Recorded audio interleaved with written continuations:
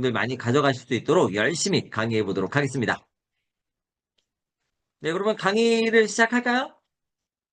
네, 그러면 제가 이렇게 자료를 공유해서 강의를 시작해 보도록 하겠습니다.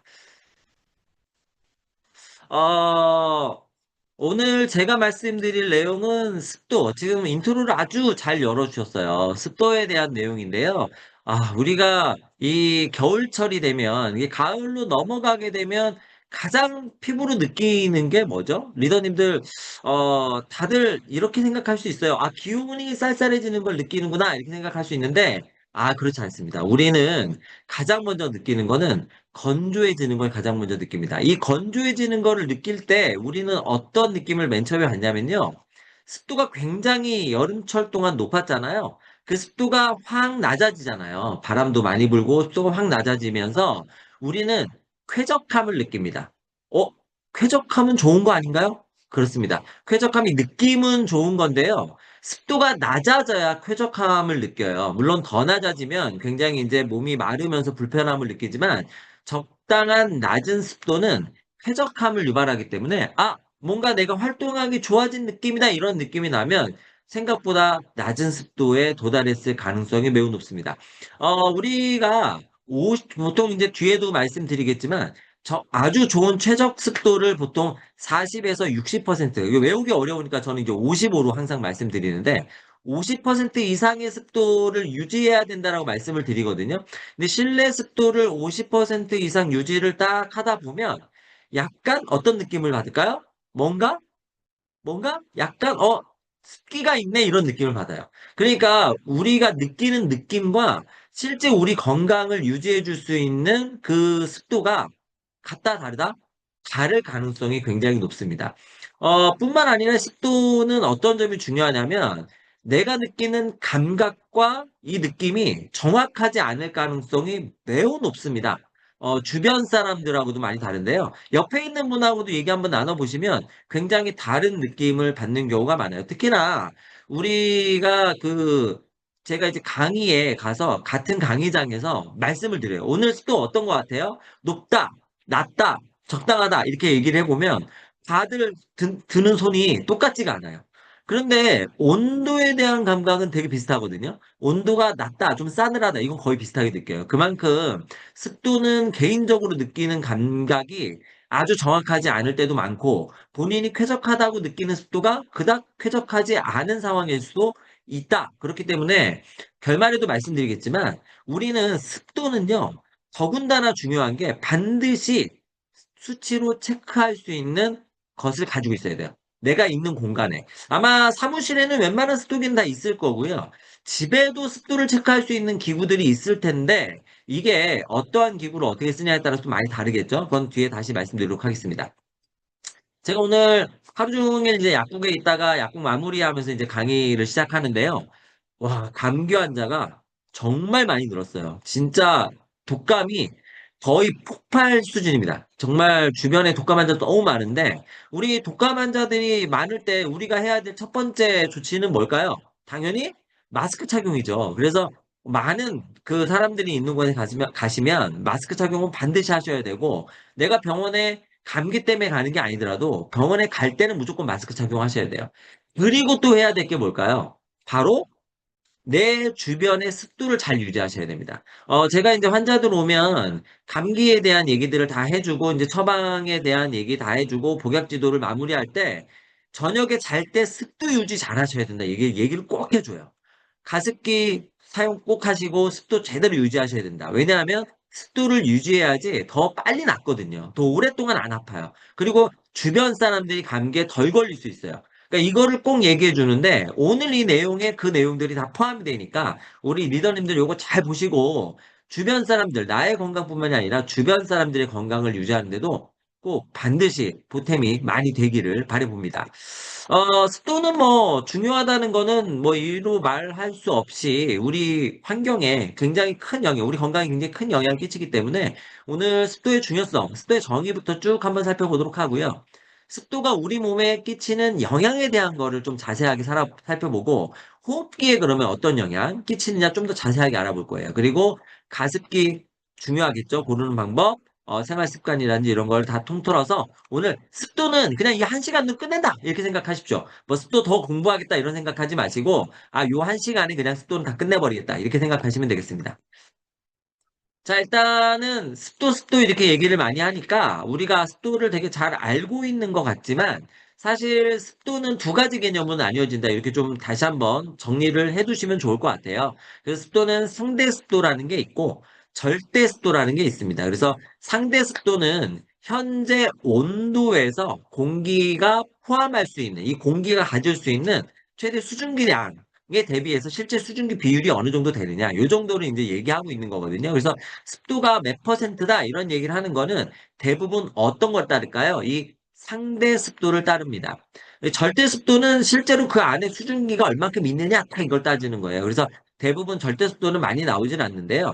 우리가 이 상대 습도를 겨울철에 특히나 중요하게 생각해야 될 이유가 있습니다. 왜냐하면 상대 습도가 생각보다 굉장히 많이 변동이 되기 때문이에요. 예를 들면 온도가 낮으면 상대 습도가 높아질까요? 낮아질까요? 온도가 낮으면 한번 맞춰보세요. 리더님들. 상대 습도는 온도가 낮으면 높아집니다. 그렇죠? 그러니까 상대 습도 자체예요. 상대 습도는. 그러니까 온도가 낮으면 동일한 수증기 양에 있다 하더라도 상대 습도가 높아진다는 얘기예요. 반대로 온도가 높아지면 상대 습도가 낮아지겠죠. 그래서 우리가 밖에 상대 습도, 우리가 그 기상청에서 얘기하는 습도가 탁 나올 때가 있어요. 예를 들어서 오늘 습도는 60%입니다. 그러면 굉장히 좋은 거잖아요. 60%면 와, 딱 적당한 습도네. 밖에 나갔을 때는요. 우리가 밖에 나갔을 때는 아주 적당한 습도인데 창문을 탁 열고 그래서 이 습기를 우리가 다 받아들이겠어. 그래서 안으로 공기를 다 유입했어요. 그럼 밖에 온도가 낮잖아요. 그러니까 실내 공기가 굉장히 높아질까요? 낮아질까요? 당연히 낮아지죠. 이렇게 실내 공기가 낮아지면 우리는 뭘 해요? 난방을 하죠. 그러면 문을 닫고 난방을 하는 순간 습도는 어떻게 될까요? 곤두박질 칩니다. 밖에서 충분한 수분이 들어왔다고 생각하지만, 충분한 수증기가 들어왔다고 생각하지만, 실제 안에 들어온 수증기, 우리 실내 온도에 맞는 수증기는 그닥 높지 않은 거예요. 그렇기 때문에 우리가 밖에서 아무리 좋은 높은 습도를 가지고 있다 하더라도 겨울철에는 실내 난방을 하는 순간 습도가 현저하게 떨어질 수 있겠구나, 이렇게 생각을 하셔야 됩니다. 그러면 반대로 우리가 생각을 해보면 여름철에는 어떻게 될까요? 여름철에는 습도가 그렇지 않아도 높은데 실내로 들어오면 우리가 냉방을 하잖아요. 그러니까 실내 습도가 어떻게 돼요? 더 높아질 가능성이 높아지는 거죠. 실내 공기가 차가워지면서. 때문에 이러한 경우에는 제습기를 반드시 쓰셔야 되는 거고, 겨울에는 반드시 뭘 써야 돼요? 가습기를 반드시 쓰셔야 되는 겁니다. 그래서 가습기의 중요성이 여기서 나오는 거고요. 우리가 겨울철에는 기상청에서 나오는 이 습도를 절대적으로 맹신하면 안 된다. 그렇기 때문에 실내 습도는 따로 측정을 다시 해야 된다. 이렇게 기억을 해주시면 좋겠습니다. 그렇기 때문에 상대 습도라는 게 온도에 따라서 차이가 많이 난다는 점을 반드시 기억을 해두시고 겨울철 난방을 많이 하면 많이 할수록 뭘 많이 높여야 돼요? 가습을 많이 해줘야 한다. 어떻게든 실내 습도를 유지하기 위한 노력을 많이 해야 됩니다. 그래서 적정 습도의 범위가 일반적으로는 보통 40에서 60%라고 우리가 지정을 보통 하는데요. 그래서 저는 이게 이제 이 레인지가 길잖아요. 그러니까 외우기가 좀 힘드니까 절반을 딱 잘라. 그러면 50%잖아요. 여기에 절반을 또 잘라. 그러면은 이 10의 절반을 자르면 55%. 외우기 쉽잖아요. 오땡. 그 55% 정도가 가장 적합한 습도다 이렇게 딱 생각을 하시면 되는데 기억하기 편하게 이제 이 레인지가 보통 봄, 가을에는 55% 이렇게 생각하시면 되시고 여름철에는 실내 습도가 계속 높아질 수 있잖아요. 실내 습도가 계속 높아질 수 있으니까 실내 습도를 항상 가장 높은 레인지 그래서 60% 이하로 겨울철에는 낮아질 수 있으니까 실내 습도를 항상 40% 이상으로 이렇게 맞춰놓고 가야 된다는 거예요. 근데 우리는 조금 더 여기에다가 더 쓰자고요. 40% 쓰지 말고 55%를 유지할 수 있도록 노력을 하는 것이 매우 중요하다. 그래서 계절별로 우리가 사용해야 되는, 높여야 되는 습도의 상태가 또는 낮춰야 되는 습도의 상태가 매우 다를 수 있다는 점을 우리 리더님들은 꼭 기억을 하셔야 될 것 같습니다. 습도는 적정 습도가 중요한데 여기에 이제 낮을 때와 높을 때 상황이 좀 많이 다르잖아요. 그래서 우리가 이거를 간단하게 좀 살펴볼 텐데요. 낮을 때는 우리 인트로를 열어주시면서 아주 쉽게 얘기해 주셨어요. 건조감을 느끼니까 굉장히 괴롭죠. 그러면 우리가 마르면서 괴로움을 느끼는 데가 가장 먼저 느끼는 데가 있어요. 어디냐면 눈입니다. 그러니까 눈의 건조감이 심해지니까 눈이 굉장히 뻑뻑해지고 피로해지고 충혈되고 그리고 이게 시력도 떨어지는 것 같은 느낌이 생기고 집중도 안 되고 심하면 두통도 생기죠. 그러니까 이러한 것들이 전부 다 눈이 건조해지기 때문이고요. 피부가 건조해지는 건 당연하죠. 그러니까 피부가 건조해지니까 땡기고 심하면 막 이렇게 인설, 이렇게 하얀 가루 같은 게 일어나기도 하고 가렵고 염증이 발생하기도 합니다. 바깥에 드러나 있는 거는 눈점막이나 이러한 피부겠지만 안에 들어가 있는 것들은요. 호흡기 점막들이 있어요. 우리가 코 안에 있는 점막들, 기관지에 있는 점막들, 입안에 보면 구강 안쪽에 보면은 편도라든지 이러한 점막들이 전체적으로 있잖아요. 이러한 점막들이 마르면서 건조되면서 기능이 현저하게 떨어지고 이 기능이 떨어지게 되면서 결국은 면역에 관련된 부분까지도 이어지게 된다는 겁니다. 당연히 수면의 질도 떨어지고 피로감도 나타나게 되고요. 바이러스의 활성은 굉장히 높아집니다. 그렇기 때문에 겨울철에는 이 바이러스에 의한 그 감염이 굉장히 잘 일어나는 거고요. 먼지 발생이라든지 이런 것도 굉장히 많아지겠죠. 그래서 알레르기 질환도 생각보다 많아요. 우리가 진먼지 진드기라든지 이러한 것들도 이 겨울철에 많이 일어나는 거는 이 건조 때문에 나타나는 경우가 굉장히 많습니다. 그래서 겨울철에는요, 이 습도가 낮아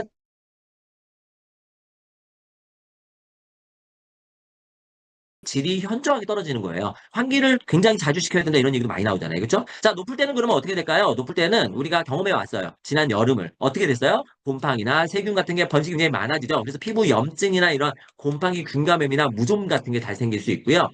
체온 조절이 잘 안 돼서 우리가 잠을 잘 못 잔다거나 이러한 일들이 일어나죠. 열대야 같은 게 이런 거 아니겠습니까?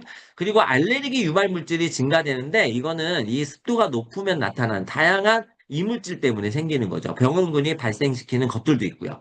그렇기 때문에 높을 때와 낮을 때, 우리가 지금 집중해야 되는 것은 언제예요? 낮을 때죠. 그래서 이 낮을 때의 상황을 우리가 잘 집중해서 봐야 한다. 이렇게 보시면 되겠습니다. 결국은 이러한 것을 완화시키기 위해서는 가습기를 사용해야 되고, 잦은 환기를 시켜야 되고, 관리를 잘 해줘야 되고요. 그리고 우리가 몸으로 느껴서는 된다, 안 된다? 안 된다. 뭘로 느낀다? 그렇죠. 습도계를 사용해야 된다. 그러니까 우리가 좋은 가습기를 쓰면 이게 다 그냥 해결이 되는 부분일 수도 있어요. 자, 습도가 우리에게 미치는 영향, 그러면 좀 더 자세하게 한번 알아볼게요. 자, 인플루엔자가 엄청 늘어나고 있어요. 지금 이 건조하게 되면 이 바이러스의 활성이 아까 높아진다 그랬잖아요. 그러면서 면역 기능이 현저하게 떨어지게 되는데 감기에도 굉장히 잘 걸리게 되고 걸려도 굉장히 오래 가고 뿐만 아니라 2차 감염, 그러니까 우리가 합병증들도 잘 생기게 됩니다. 그래서 지금 같은 시기에 굉장히 습도 유지가 중요하고 제가 인트로에서도 말씀드렸지만 환자들에게도 꼭 얘기를 해요. 우리가 습도, 저녁에 특히 잘 때는 습도 유지를 잘해라. 왜 잘 때일까요? 뒤에 다시 말씀드리도록 하겠습니다. 일단 이렇게 이러한 감기라든지 이러한 감염성 질환이 잘 걸리는 이유는 바이러스라든지 이러한 것들이 우리 점막으로 들어왔을 때 막아내기가 어려워져요. 일단 코의 습도가 낮으면 코와 목의 점막이 말라요. 이 점막이 충분해야 어떻게 되냐면 들어오는 바이러스가 거기에 딱 걸려요. 그러면 콧물 같은 게 생겨서 그냥 내보내면 되잖아요. 그런데 이렇게 내보내지 못하는 거예요. 기관지 쪽, 이 목의 점막도 마찬가지입니다. 인 후두 이쪽으로 들어올 때 여기에 얘네들이 딱 달라붙어서 내 안으로 들어오지 못하면 사실 얘네들은 그냥 가래라든지 이런 걸로 배출시키면 돼요. 이게 배출이 안 되면 어떻게 돼요? 결국 내 몸 깊숙이 더 들어오게 되죠. 그러니까 1차 방어가 안 돼요. 우리가 피부는요, 점막은요, 우리 몸의 1차 방어 기구예요. 그러니까 이거는 그냥 천연 방어예요. 내가 차후에 만들어내지 않아도 자연적으로 있는 방어인데 이 방어가 뭐에 의해서 가장 먼저 망가지냐면 건조함에 있어서 가장 먼저 망가진다는 거예요. 그러니까 당연히 면역 기능이 약해진다 이렇게 볼 수 있고요. 두 번째는 기관지 쪽이에요. 비강도 마찬가지인데 특히 기관지 쪽에는 이 섬모라는 애들이 있어요. 털같이 생긴 건데 얘네들이 바깥에서 들어오는 나쁜 물질들을 탁 붙잡아가지고 바깥으로 사사사삭 내보내는 역할을 해줘요. 이게 섬모 운동이 활발해야지 이게 되거든요. 그런데 건조하면 섬모 운동이 잘 안 돼요. 그러니까 그냥 안으로 프리패스야. 그냥 안으로 막 들어와요. 그러니까 기관지까지 그냥 막 들어오는 거죠. 이렇게 안쪽으로 들어오게 되면 폐까지 들어올 수 있고 기관지에도 막 달라붙게 되고 그럼 뭐가 생겨요? 그러면 호흡기 질환이 생기는 거예요. 그러니까 이렇게 면역 기능에 절대적인 영향을 끼치게 된다라는 점을 우리 꼭 기억해야 됩니다. 이거는 제가 그냥 말씀드리는 게 아니라 정말 다양한 논문 등을 통해서 온도라든지 습도에 의해서 우리가 다양하게 이 섬모 운동이 현저하게 떨어진다라고 하는 것들이 이미 많이 연구되어 있고 밝혀져 있어요. 그래서 이러한 것을 높이기 위해서 습도를 유지해야 되고 우리가 그 다음에 뭐 해야 돼요? 수분 섭취 잘해야죠. 그러니까 미네랄이 풍부하게 들어있는 수분 섭취를 잘하는 거. 안쪽에서도 보충, 바깥쪽에서도 보충. 그러니까 겨울에는 적절한 수분 섭취가 매우 중요하게 될 겁니다. 어쨌든 이렇게 낮은 습도가 되게 되면 결국은 이러한 여러 가지 영향으로 인해서 바이러스의 저항력이 현저하게 떨어진다는 거예요. 지금 나와 있는 내용은 인플루엔자 A 바이러스, 요즘 엄청 유행이잖아요. 인플루엔자 A 바이러스에 노출을 그냥 시킨 거예요. 노출을 시켰을 때, 다른 거 아무것도 안 하고요. 20%하고 50% 습도를 유지했을 때 보면, 체중 감소가 50%, 20% 낮은 습도를 유지하고 있는 마우스들, 쥐들에게는 현저하게 떨어지더라. 이게 우리가 아플 때 체중이 주는 거는 굉장히 예후가 안 좋은 거예요. 아플 때는 체중이 줄면 안 돼요. 내가 그만큼 내가 많이 그 손실이 되고 있다는 뜻이에요. 그 체중 유지를 하고 있다는 건 그만큼 잘 버틴다는 뜻입니다. 그래서 지금 보면은 굉장히 오랫동안 잘 버틴다는 걸 알 수 있고 이거는 서바이벌. 이 쥐들이 살아있는 것을 통해서 알 수 있는데 여기 보면 20%는 다 죽었어요.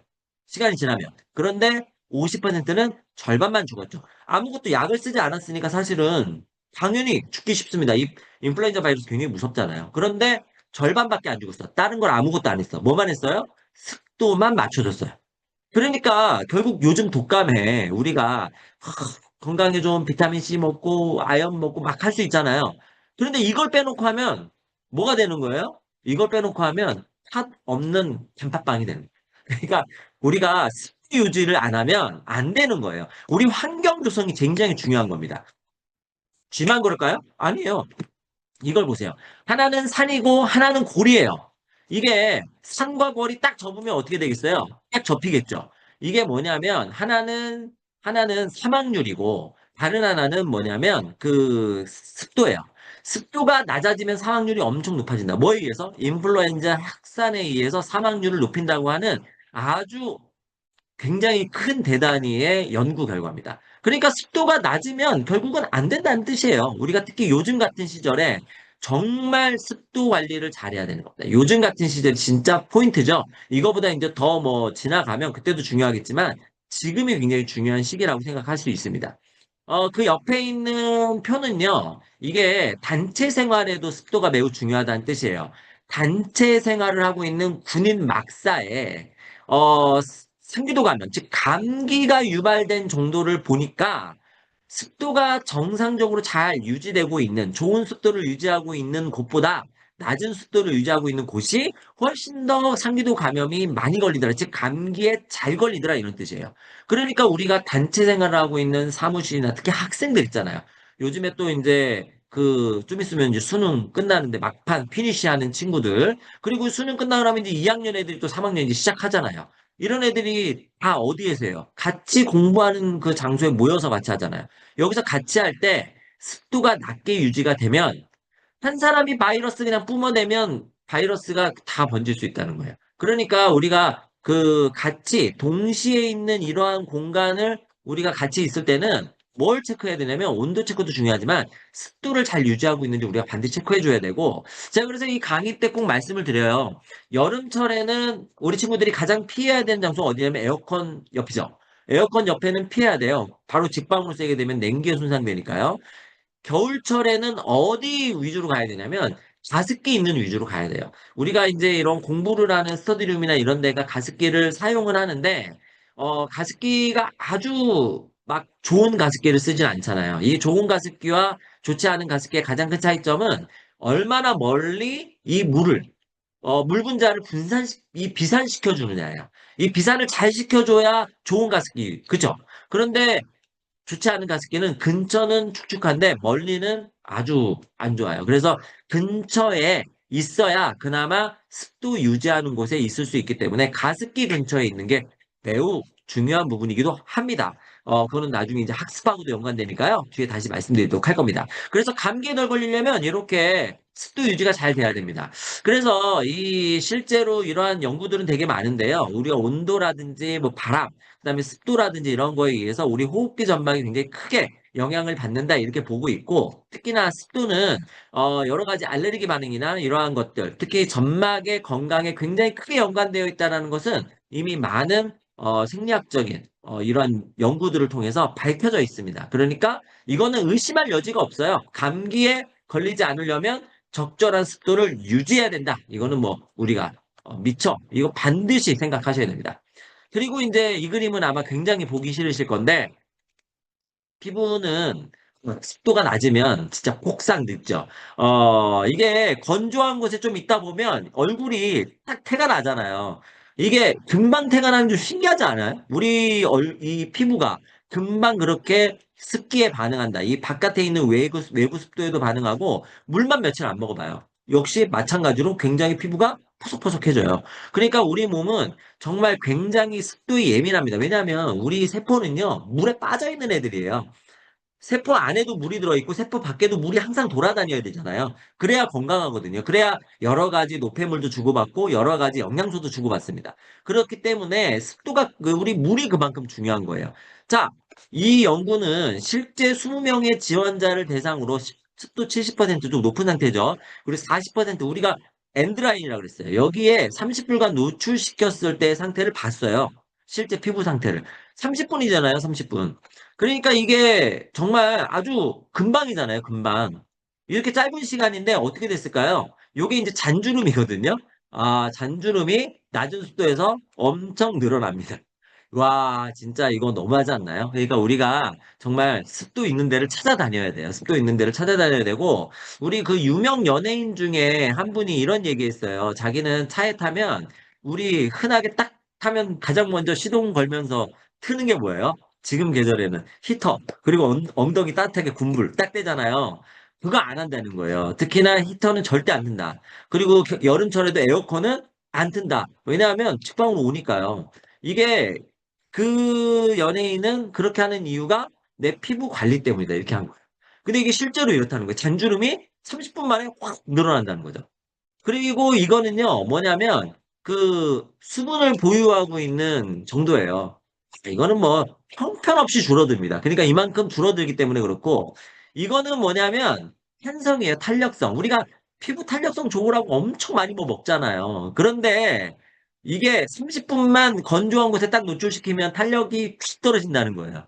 와, 진짜 슬프죠? 그러니까 이게 습도가 얼마나 피부에 중요한지는 우리가 보습 크림을 열심히 바르는 것만큼 굉장히 중요한 거예요. 만약에 내가 건조한 곳에 가면 어떻게 해야 되겠어요? 계속 발라야 돼요. 보습 크림을 내 피부가 뺏어가지 않도록 보습 크림을 계속 발라야 됩니다. 이렇게 습도는 피부 노화의 주범이고 이 공기 중의 습도를 유지하기 위해서 노력을 많이 해야 되지만 또 먹는 것도 굉장히 중요해요. 물 보충 많이 해야 되고 세라마이드, 오메가3, 비타민C 다 알고 계시죠? 이 이너뷰티. 이너뷰티를 위한 제품들도 정말 꾸준하게 보충하는 것도 매우 중요할 수 있습니다. 그 외에도 우리가 미처 생각하지 못했던 것들을 좀 살펴볼 건데요. 습도가 우리 몸에 영향을 미치는 것 중에 하나가 뭐냐면 수면이에요. 보통 1번과 2번은 습도가 높으면 잠 못 잔다. 이건 우리가 너무 잘 알고 있어요. 경험하잖아요. 열대야로. 그런데요, 습도가 낮아도 잠을 못 잔다는 거예요. 왜냐하면 습도가 낮으면 수면 중에 각성을 늘린다는 거예요. 우리가 이거는 딱 명확하게 나와 있는 것은 아닌데, 제가 이거는 이렇게 말씀을 보통 드려요. 잠을 잘 때 우리가 만약에 건조한 환경이라고 생각해 보세요. 그럼 코안이 마를까요? 안 마를까요?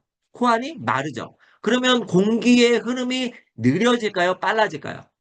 말라 있으니까 뭔가 빨리 들어갈 것 같지만 그렇지 않습니다. 비강이 건조하면요. 공기 흐름이 굉장히 떨어져요. 공기 흐름이 나빠진다는 거예요. 그래서 입을 벌리고 숨을 쉬게 돼 있어요. 그럼 입도 마르겠죠. 이렇게 이 입이나 코가 바짝 마르면 어떻게 될까요? 굉장히 불편해져요. 그럼 잠에서 깨는 거예요. 또 한 가지는 뭐냐면 눈이에요. 우리가 눈은 감고 있지만 완전히 밀봉된 상태가 아니죠. 당연히 수분의 이 습도의 영향을 받습니다. 때문에 바깥이 너무 건조하면 눈이 건조해지기 시작해요. 자, 눈이 건조하면 문제는 램 수면입니다. 램 수면에 가면요, 눈이 굉장히 빨리 움직여요. 램 수면이 이 안구가 돈다는 그런 뜻이거든요. 그런데 건조해봐요. 마찰이 어마어마하게 생기죠. 마찰이 어마어마하게 생기니까 눈이 굉장히 뻑뻑하고 일어나면 눈이 굉장히 뻑뻑하고 아픕니다. 제가 저희 그 건조기를 여름철에 이제 썼는데 건조기는 잠깐 잠깐 틀다 말잖아요. 건조기 계속 틀어놓으면 안 되는데 제가 실수로 건조기를 밤새 틀어놨어요. 밤새. 와, 아침에 일어났는데 진짜 눈이, 와, 진짜 빠질 것 같은 거예요. 눈곱 맡기고. 정말 엄청나게 힘들었습니다. 잠도 당연히 선잠 많이 자고요. 수면의 질도 현저하게 떨어졌죠. 그렇기 때문에 우리가 건조한 거는요, 잠을 잘 못 자요. 우리가 잠을 잘 못 자면 성장 호르몬 분비가 안 되잖아요. 그러면 아이들에게는 성장의 문제가 생기고 어른들에게는 회복의 문제가 생깁니다. 성장 호르몬은 결국은 내 몸을 리페어하는 건데 리페어가 잘 안 되죠. 감기 걸렸다? 리페어가 안 되면 어떻게 돼요? 당연히 잘 안 낫겠죠. 그러니까 이 수면에도 영향을 많이 끼치는 우리가 이 공기의 습도 유지 얼마나 중요한지 모릅니다. 뿐만 아니라 이거는 진짜 인체를 대상으로 또 실험한 거니까 우리가 반드시 기억해둬야 될 텐데요. 남녀 대학생 36명을 대상으로 상대 습도와 학습 성과 관계를 조사했어요. 그랬더니 습도 40%, 이게 높은 것도 아니에요. 요 정도 유지해 준 거예요. 근데 20%하고 40% 이렇게 된 건데요. 20%는 보통 40% 미만으로 내려간 상태라고 생각하시면 쉬워요. 그러니까 실내의 난방을 빵빵하게 하거나 온풍기를 강하게 틀어놨을 때의 상태라고 생각하시면 됩니다. 이 정도의 상태에서 온도를 24도 정도 적정용으로 유지했을 때 가장 학습 성적이 좋았다는 거예요. 건조하거나 습도가 너무 높으면 당연히 불편감이 증가했다는 것이고, 습도는 기온보다 훨씬 더 학습 성과에 더 큰 영향을 줬다는 거예요. 낮은 습도에서는 눈과 기도 점막이 건조함으로 인해서 피로도나 독소 속도가 또는 집중력이 죄송합니다. 독서 속도나 발음이 이상하네. 집중력이 떨어졌다는 거예요. 이거는 우리가 아주 쉽게 테스트 해볼 수 있습니다. 어떻게 보면 되냐면요. 요즘엔 잘 안 쓰긴 하지만, 추우니까. 선풍기 있잖아요. 선풍기 눈에다가, 아니면 요즘에 히터 있으니까 히터 잠깐 눈 이렇게 뜨고 한번 이렇게 하세요. 눈이 약간 시리죠? 그 다음에 책 한번 봐보세요. 와, 집중이 될까요? 와, 눈 시려가지고 깜빡임을 여러 번 해도 아마 이거 잘 안 가라앉을 거예요. 그래서 바로 인공 눈물 넣으셔야 될 겁니다. 그러니까 이렇게 장기적으로 오랫동안 또는 독서를 볼 때는 독서를 할 때는 우리가 눈을 많이 안 깜빡이잖아요. 장기적으로 오래 볼 때 당연히 눈에 굉장히 큰 영향을 끼치게 되고요. 각막이라든지 이런 손상도 이루어질 수가 있습니다. 특히나 스마트폰 같은 거 오랫동안 보는 경우, 이러한 경우는 더 나쁘겠죠. 그래서 아이들 같은 경우에 스마트폰을 안 보게 하는 게 좋은데 만약에 스마트폰을 많이 볼 수밖에 없는 상황이다. 이런 상황에서는 습도 유지가 되게 중요합니다. 스마트폰을 안 보게 하긴 해야 될 텐데요. 어쨌든 40% 정도에서의 습도에서 20% 대비해서 피로도나 독서 속도, 뭐 산만 당연히 감소했다는 거죠. 그래서 학습 능력에 굉장히 큰 영향을 주기 때문에 우리가 공부하는 친구들은 반드시 습도가 잘 유지되는 곳에서 공부를 하도록 하거나 만약에 그렇지 못하는 곳에서는 어쩔 수 없이 어떻게 해요? 이 가습기, 휴대용 가습기라도 사용하게 해주셔야 돼요. 정말 중요한 내용입니다.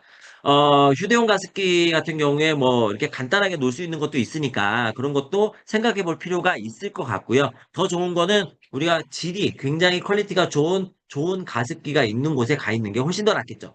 그래서 여러 가지 이 가장 최적화되어 있는 존인 40에서 60%의 상태를 유지. 우리가 더 좋은 거는 여기 선을 딱 그어보세요. 중간에 55%. 이 정도 선이 제일 좋거든요. 요 정도 선에서의 유지가 결국은 박테리아뿐만이 아니라 곰팡이 바이러스 여러 가지 뭐 미세먼지 등등을 어, 아주 쾌적하게 환경을 만드는데 가장 좋은 역할을 하게 된다라는 점을 꼭 기억하셔야 됩니다. 그러면 이러한 것을 유지하기 위해서는 결국은 가습기를 잘 써야 되는데요. 가습기는 크게 세 가지가 있어요. 첫 번째 초음파식 가습기. 이게 가장 대중적으로 오랫동안 사용됐던 가습기라고 볼 수 있는데 이 초음파식 가습기는요. 고주파 진동을 사용해서 우리가 그 가습을 하는 거죠. 그러니까 미세한 입자로 물을 쪼개가지고 날리는 거잖아요. 그렇기 때문에 소음이 거의 없어요. 그래서 아주 조용하게 쓸 수 있고, 그래서 소비 전력도 매우 낮죠. 초음파를 고주파를 사용하니까요. 그리고 가격이 저렴하고 디자인도 마음대로 잘 만들 수 있습니다. 근데 단점이 있어요. 단점이 결국은 물을 오랫동안 놔둬야 하기 때문에 세균이나 곰팡이, 그리고 석회질이 잘 생긴다는 거죠. 조그만 애들은요, 그냥 다 들고 닦아버리면 돼요. 그런데 우리가 가정에, 그리고 조그만 애 놔뒀다가 뭐, 얼마나 쓰겠어요? 매번 물을 갈아줘야 되니까 사용할 수가 없잖아요. 그렇기 때문에 어느 정도 덩치가 있는, 정수량이 어느 정도 되는 거를, 저수량이 어느 정도 되는 걸 써야 되는데, 이러려면 이러한 문제가 생긴다는 거예요. 그래서 이러한 문제를 막기 위해서 뭘 넣어요? 여기 안에다가 가습기 메이트라는 걸 넣었었죠. 이게 살균제거든요. 근데 이게 어떻게 됐어요?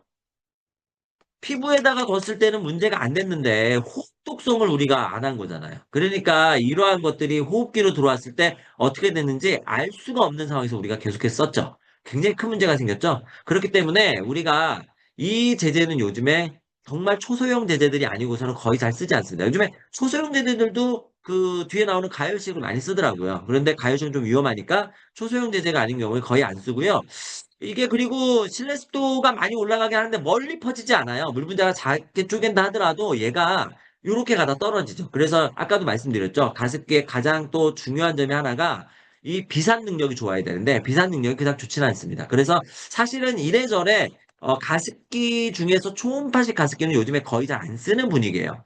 그래서 요즘에 많이 대세가 됐던 게 끓이는 다이어식 가습기. 이거는 우리가 어렸을 때 굉장히 많이 써봤습니다. 우리가 난로 같은 데 위에다가 올려놓고, 주전자 올려놓고, 물 끓이는 거잖아요. 그러면 물을 끓이면 그 끓은 증기가 쫙 퍼지면서 습도가 유지되는 거죠. 그래서 이게 이제 끓여버리니까 뭐가 안 생겨요? 세균의 걱정이 거의 없죠. 고온으로 끓이니까. 그래서 위생적이고, 그리고 끓여서 확 올리니까 습도가 빨리 올라가요. 그렇기 때문에 이러한 장점이 있는데, 단점이 있어요. 단점은, 일단은 소모량이 크죠. 뭐, 당연히 그럴 수 있고, 그리고 이 제품에 따라서는 소리가 시끄러워요. 문제는 얘가 멀리 퍼지지 않아요. 멀리. 우리 생각해보면 주전자에 물 끓일 때 우리가 옛날에 그 학교는 지금은 이제 가습기 다 쓰겠지만 옛날에 학교는 난방을 지금처럼 온풍기가 아니었잖아요. 제 때만 해도 그 갈탄이라고요. 이거 이해하시는 우리 리더님들은 연식이 좀 되신 겁니다. 갈탄이라고 해서 진짜 불에 태워가지고 하는 그러한 난로를 썼거든요. 이 난로를 쓰니까 이게 굉장히 건조해지잖아요. 뜨거워지고. 그러니까 그 위에다가 주전자를 놔두고 계속해서 물을 끓였단 말이에요. 그러니까 물을 끓이니까 주변은 엄청 습해요. 주변은. 물이 이렇게 끓어서 가니까. 그런데 이 끝에 있는 애들은 엄청 건조해요. 막 책받침 같은 거 하면 막 이렇게 들러붙고 막 그쵸. 머리 막 이렇게 산발되고. 그래서 그걸 막고자 어떻게 하냐면 쉬는 시간마다 바닥에다가 물을 어떻게 해요? 계속 뿌려요. 계속 뿌려가지고 습도를 맞추기 위해서 노력을 했죠. 그렇기 때문에 이게 이렇게 잘 퍼지지 않는 단점이 있어요. 그런데 그거보다 더 큰 단점은 화상이에요, 화상. 아까도 말씀드린 것처럼 얘는 조그만한 애들이 잘 안 나오는 게 잘못 건들다가 화상 입을 위험성이 굉장히 높습니다. 큰 애들도 그렇다고 하는데 이게 실제로 뉴스에도 나왔더라고요. 이거 한번 같이 볼게요.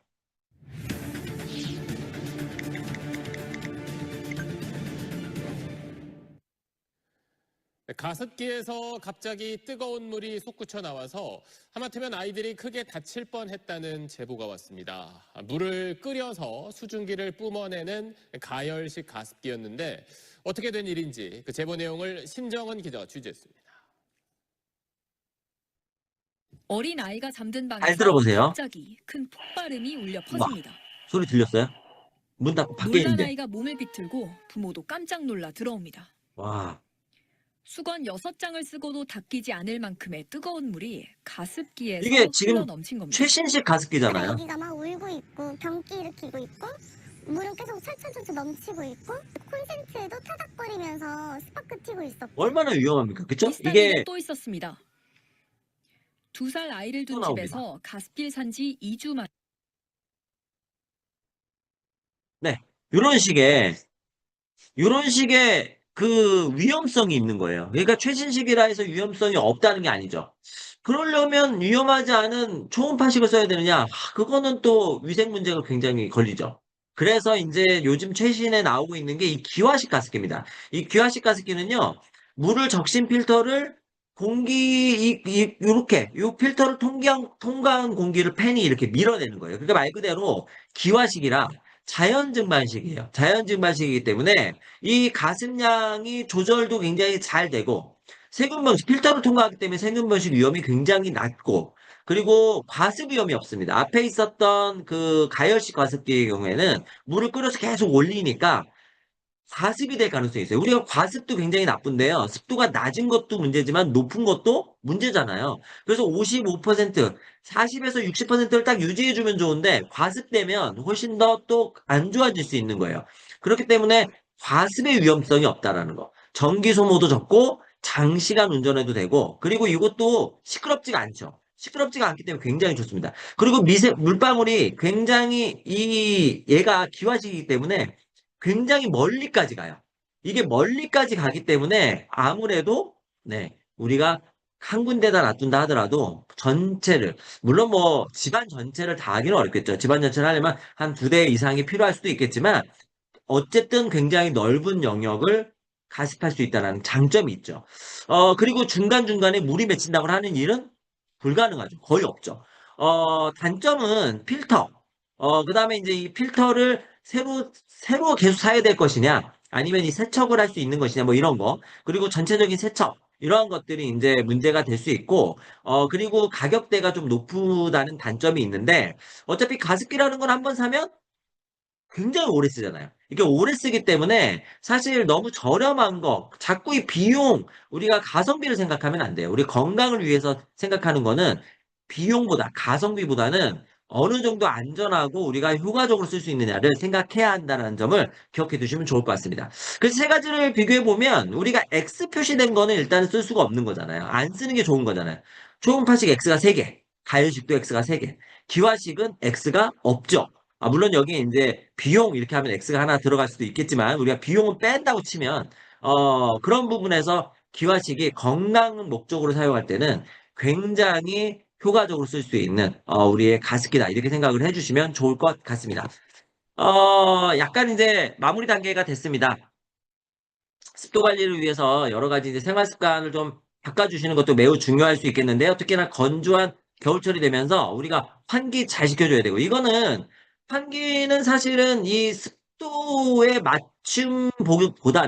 습도 맞춤보다는 실내 공기 질도 굉장히 큰 영향이에요. 그래서 얘가 환기를 안 시켜주면 진짜 우리 겨울철 실내 공기는요, 최악입니다. 최악.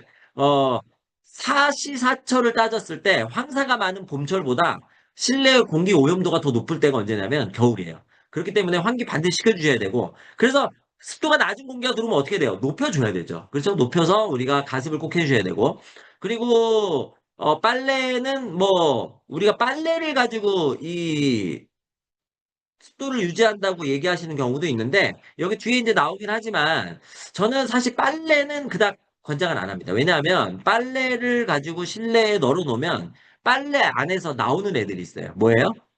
완전히 제거되지 않은 세제들이 나오겠죠. 그렇기 때문에 빨래는 실외 건조를 하는 게 굉장히 좋습니다. 그래서 빨래에 있는 물로 습도를 맞추려고 생각 안 하시는 게 좋을 것 같다. 계절별로 약간 좀 달리 생각하셔야 되고, 빨래 실내 건조는 여기에 실내 건조는 우리가 세제가 안 묻어 있는 애들만 한정한다. 이렇게 생각하시면 좋을 것 같아요. 그리고 자연 습도. 우리가 식물 키우는 것도 매우 좋죠. 그리고 물그릇, 젖은 수건도 매우 좋습니다. 그래서 사실 수건 같은 경우는 제가 많이 권장하는 편이에요. 왜냐하면 물만 묻혀서 널어놓으면 되기 때문에 아침 일어나면 진짜 바짝바짝 말라있죠. 겨울철에는. 그게 그만큼 습도가 엄청 낮다는 거거든요.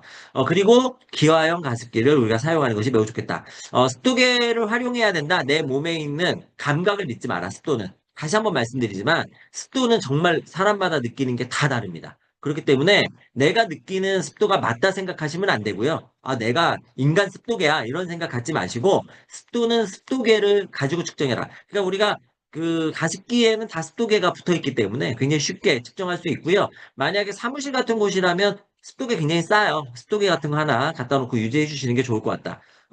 그리고 급격한 변화에 주의할 필요가 있다. 적정 습도는 우리가 반드시 생각해 보실 필요가 있겠습니다.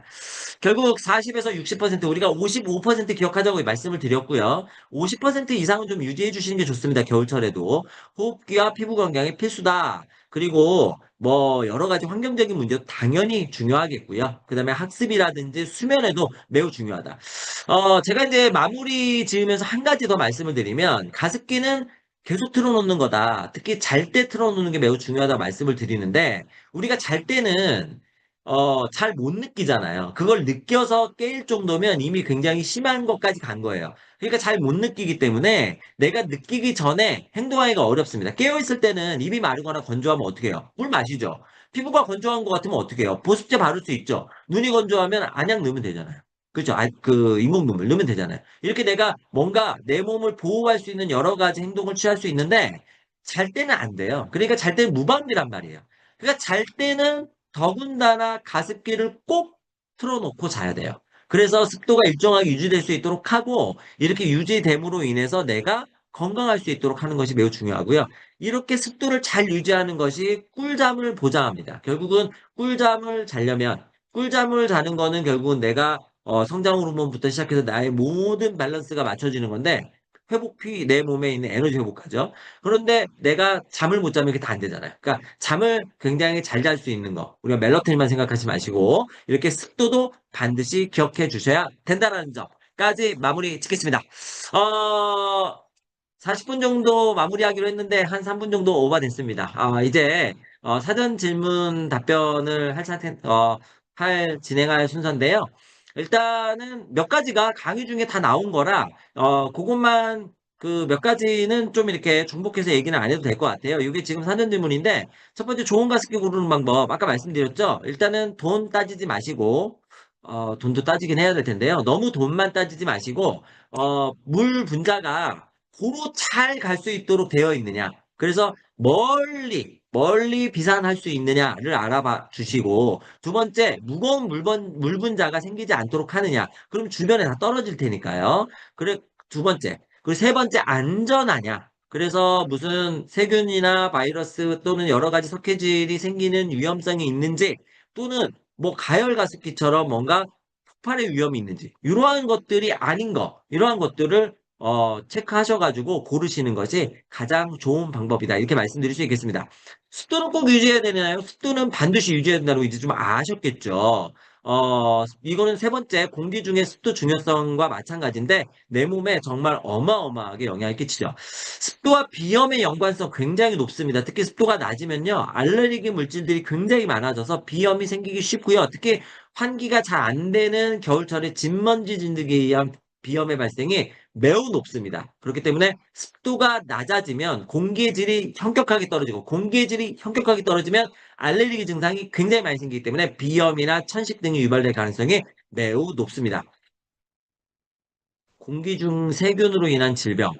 공기 중 세균으로 인한 질병은 세균이 떠다녀서 생기는 질병은 그리 흔하진 않습니다. 대부분 바이러스에 의한 것들이 많고요. 세균에 의한 거는 호흡기 질환 중에서 예를 들어서 연쇄상 구균이라든지 이런 것들이 떠다닐 수도 있거든요. 특히 그 폐렴 구균이라든지 이런 건 균인데 호흡기 질환을 일으킬 수 있거나 염증 반응을 일으킬 수 있는 내 몸에 있는 균 감염을 일으켜서 여러 가지 호흡기 감염을 일으킬 수 있는 이러한 균들이 있죠. 이러한 균들이 질병을 일으킬 수 있습니다. 그래서 대부분 호흡기 감염증들이 많습니다. 일반적으로 공기 중에 있는 세균을 위한 질병은요. 그보다 바이러스가 훨씬 더 많겠죠. 건강한 습도 유지를 위해 나쁜 습관을 끊어내는 방법에 대해 달아주시면 좋겠습니다. 일단 첫 번째, 뭘까요? 내가 내 몸으로 습도를 체크하는 습관. 그거는 제일 나쁩니다. 우리가, 이 정도면 쾌적하네? 이게 제일 나빠요. 그래서 항상 습도계를 보는 습관이 굉장히 중요하고요. 두 번째, 요거는 제가 생각을 많이 안 해봤는데, 가습기를 사용하지 않는 습관도 굉장히 나쁜 습관 중에 하나일 것 같아요. 그렇죠? 그래서 항상 그 공기청정기 우리가 사용하듯이 가습기를 지속적으로 사용한다. 우리가 공기의 질을 유지하기 위해서 요즘에 제일 많이 쓰는 게 뭐예요? 공기청정기잖아요. 공기청정기 안 쓰면 공기질이 진짜 현격하게 떨어지잖아요. 미세먼지 농도도 굉장히 높아지고요. 그래서 공기청정기 쓰는 것처럼 가습기를 좀 자주 쓰는 게 매우 좋고요. 그리고 뭐가 있을까요? 난방. 너무 높은 온도에 난방을 하는 것도 매우 안 좋죠. 온도가 높아지면 습도가 낮아지니까요. 그래서 너무 바깥 기온과 차이가 나는 높은 난방을 하는 것도 안 좋을 것 같습니다. 저희 가정만 봐도 각 구성원의 습도의 체감을 다르게 느낍니다. 그게 사람마다 다르다니까요. 사람마다 느끼는 게 달라요. 그래서 이거는 뭐 그 원인이 있는 것은 아니고 각각의 본인들이 가지고 있는 그 느낌 감각이 다르기 때문에 그렇습니다. 비 오는 날 창문을 열어야 할까요? 뭐 적당히 오면 여는 게 좋죠. 특히 겨울철에는요. 환기시켜 주시는 게 좋습니다. 너무 많이 내리면 비가 들이치니까 어렵지만 적당히 내리면 뭐 습도도 높은 습도가 유지되어 있는 공기가 들어오니까 매우 좋습니다. 환기도 잘 되고요. 그래서 비 오는 날 창문을 여는 게 뭐 상황만 된다면 좋을 것 같습니다. 호흡기 구조와 작동 원리, 대표적인 호흡기 질환과 예방법을 정리해서 포함하면 좋겠습니다. 요거는 지금 얘기가 다 나온 것 같아서 요 정도로 마무리하면 사전 질문은 요 정도로 마무리하도록 하겠습니다. 그러면 이제부터 본격적으로 Q&A를 한번 받아보도록 하겠습니다.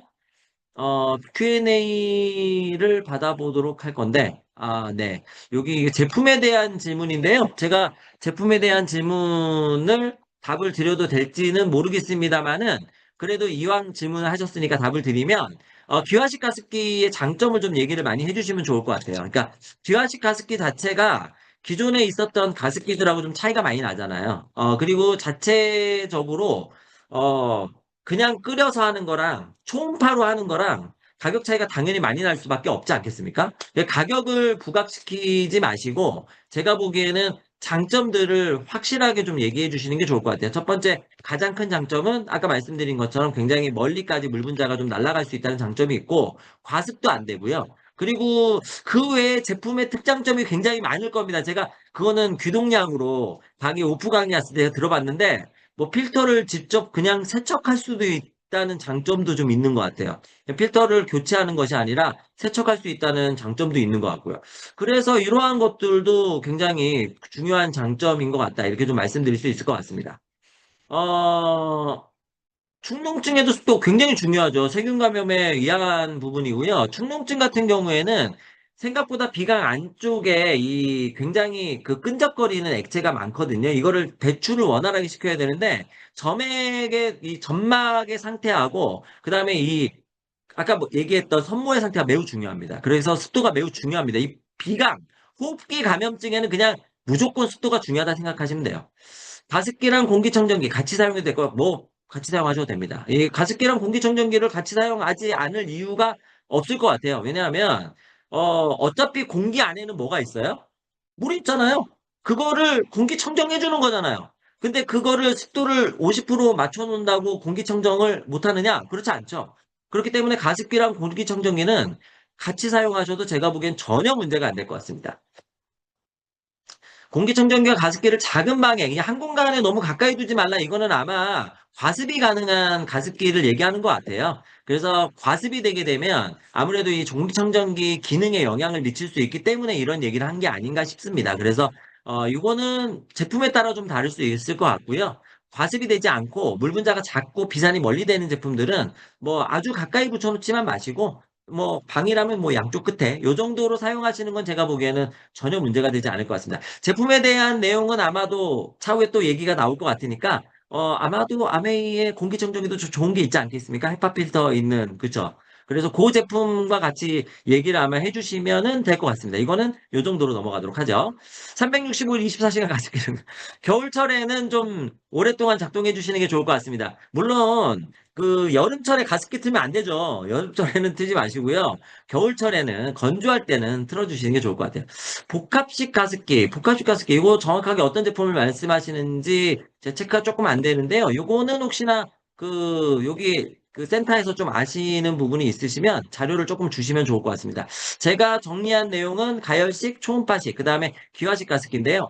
요거 말고 다른 점이 조금 있는 것 같아요. 요거는 제가 지금 바로 답변을 드리긴 조금 어려울 것 같아요. 요건 패스하도록 하겠습니다. 겨울철에도 집안 습도가 60% 이상 나오는 집은 겨울철에도 집안 습도 60%가 나온다고요? 어떻게 해요? 어떻게 나오죠? 난방을 아예 안 하시나요? 60% 이상 나오면 안 하셔도 되죠. 근데 이게 60% 이상 나오면요, 이거는 뭘 하셔야 돼요? 제습기를 쓰셔야 돼요. 60% 이상 나오면 곰팡이 많이 늘잖아요. 그래서 60% 이하로 내리라고 말씀드렸죠. 55%, 50에서 55% 사이에요. 그러니까 60% 이상 나오면 이거는 굉장히 습한 집이죠. 그러니까 이러한 경우에는 가습기가 아니라 제습기를 쓰셔야 됩니다. 겨울이라도. 세척을 어떻게 하는 게 가장 좋을까요? 어떤 세척이요? 가습기요? 요거는 정확한 주어를 적어주시면 좋을 것 같습니다. 후비루에 도움이 될까요? 후비루도 도움이 될 것 같아요. 왜냐하면 후비루도 결국은 점막 건강이 약해 생기거든요. 점액 분비 때문에, 과분비 때문에 생겨서 점액 분비의 과분비에도 문제가 좀 될 수 있어요. 그러니까 후비루에도 호흡기 건강에는 가습기는 다 도움이 된다고 보시면 될 것 같습니다. 수돗물 사용하는 것이 좋다고 하는데, 귀하시게도 그럴까요? 수돗물.